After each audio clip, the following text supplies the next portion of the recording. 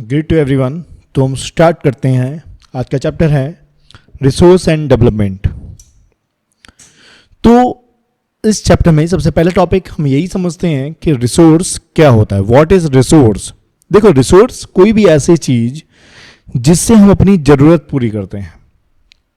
Okay, anything present in environment और जो हमारी जरूरतों को पूरा करे, हमारी नीड्स को फुलफिल करे, उसको हम क्या बोलते हैं?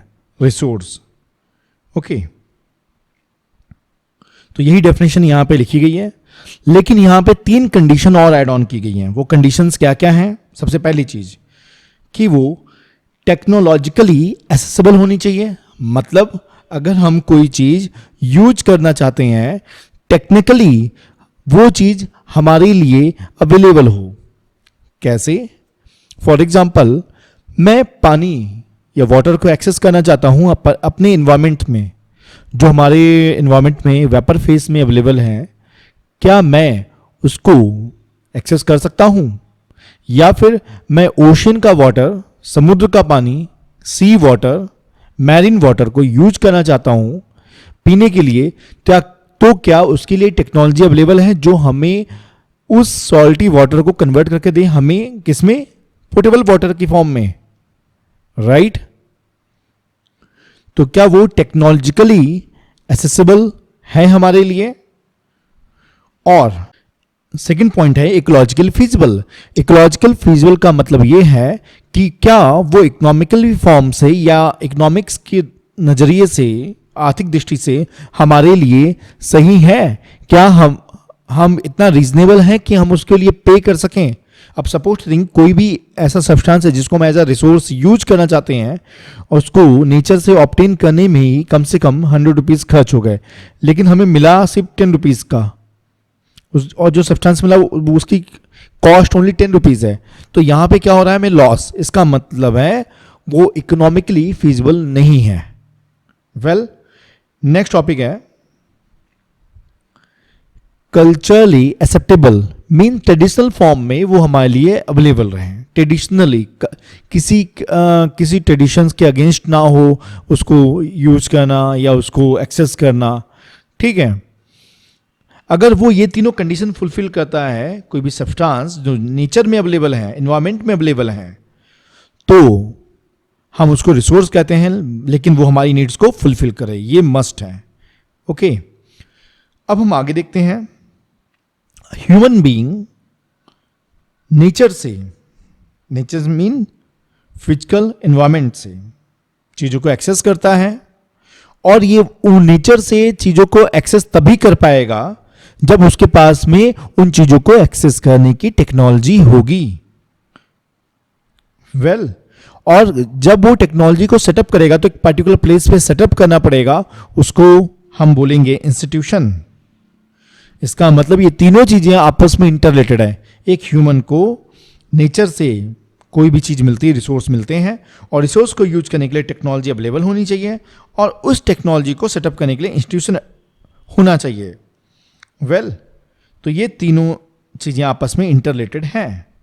इसको अगर एक सिंगल लाइन में डिफाइन करना चाहें तो हम कह सकते हैं ह्यूमन बीइंग इंटरेक्ट करता है नेचर के साथ में, किसकी हेल्प से? टेक्नोलॉजी की हेल्प से, और क्रिएट करता है कंपनी या इंस्टीट्यूशन या एक ऐसी जगह जहां पे उस अपनी टेक्नोलॉजी को सेटअप कर पाए, ताकि वो एक्सलेट करे किसको? अपनी इकोनॉमिकल ग्रोथ को, right? Next topic is types of resource. Resource कितनी तरह के होते हैं? तो यहां पे रिसोर्स को 2 कैटेगरी में डिवाइड किया गया। किसके बेसिस पे?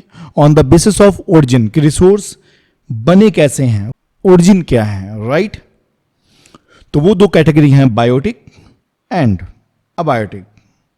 तो बायोटिक रिसोर्स क्या होते हैं? बायोटिक रिसोर्स जो लिविंग ऑर्गेनिज्म से बनते हैं। इसमें लिविंग ऑर्गेनिज्म महत्वपूर्ण या एक इंपॉर्टेंट रोल प्ले करते हैं। ओके, और दूसरी कैटेगरी है अबायोटिक। ऐसे रिसोर्सेज जो लिविंग ऑर्गेनिज्म से नहीं बनते हैं, ठीक है, उन रिसोर्सेज को अबायोटिक रिसोर्स की कैटेगरी में डाला। दो resources not originate from living organism, they are called abiotic resources. Further discuss करते हैं, रिसोर्स को और भी कई कैटेगरी में डिवाइड किया गया है। रिसोर्स को आगे डिवाइड किया गया है ऑन द बेसिस ऑफ एग्जॉस्टेबिलिटी, कि कोई रिसोर्स कितनी जल्दी खत्म हो सकता है, इस बेस पे दो कैटेगरी में डिवाइड किया गया है। वो कैटेगरी है renewable resources and non renewable resources. Renewable resources वो रिसोर्सेस होते हैं जो नेचर में बहुत ही ज्यादा मात्रा में मौजूद हैं और एक फिक्स इंटरवल के बाद में बनाए जा सकते हैं या बन जाते हैं, ठीक है, या रिन्यू हो जाते हैं अगर हम सिंपल वर्ड्स में बोलें, ठीक है।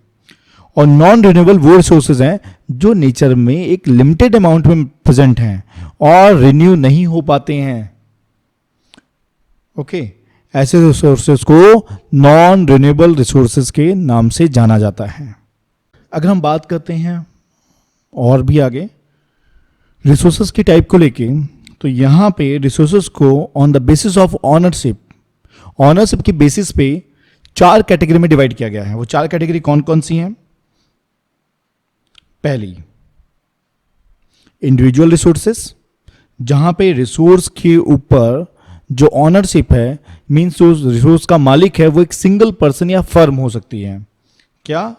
या तो सिंगल पर्सन या फिर फर्म, कोई एक बिजनेस फर्म हो सकती है। आपका कम्युनिटी रिसोर्स क्या होते हैं? कम्युनिटी रिसोर्स वो रिसोर्सेज जिसकी ऑनरशिप या उसका मालिक एक पार्टिकुलर कम्युनिटी होती है, ठीक है। फर्दर, नेशनल रिसोर्स मींस जिसकी ऑनरशिप कंट्री की गवर्नमेंट के पास में होती है और उस कंट्री के सभी लोग उसको एक्सेस करने की परमिशन रखते हैं या एक्सेस करने का राइट रखते हैं, तो वो रिसोर्स आपका नेशनल रिसोर्स है। और कुछ ऐसे रिसोर्स भी होते हैं जिनकी ऑनरशिप एक बड़ी ऑर्गेनाइजेशन के पास में होती है, जैसे यूनाइटेड नेशन ऑर्गेनाइजेशन, यूएनओ के पास में, ठीक है। तो ऐसे रिसोर्सेज को इंटरनेशनल रिसोर्सेज के तौर पे जाना जाता है। वेल, अब रिसोर्स को आगे भी डिवाइड किया गया है on the basis of status of development. तो इस बेस पे रिसोर्स को 3 कैटेगरी में डिवाइड किया गया है। वो कैटेगरी आपकी हैं पोटेंशियल रिसोर्स, ऐसे रिसोर्सेज जिनको हम अभी यूज करंटली उतना नहीं कर पा रहे हैं जितना करना चाहिए, लेकिन हमें ये पता है भविष्य में आने वाले समय में हम उसको ज़्यादा से ज़्यादा यूज कर पाएंगे, ठीक है। नेक्स्ट, डेवलप्ड रिसोर्स, ऐसे रिसोर्सेज जिनको हमने ऐसी टेक्नोलॉजी डेवलप कर ली है कि हम उनको प्रॉपर्ली यूज कर पा रहे हैं। ऐसे रिसोर्सेज को हम डेवलप्ड रिसोर्स या डेवलप्ड स्टॉक रिसोर्स के नाम से जानते हैं। और ऐसे रिसोर्स जो लिमिटेड अमाउंट में है, हम इनको बहुत सोच समझ के यूज करते हैं, वो हमारे रिजर्व रिसोर्स में काउंट होते हैं।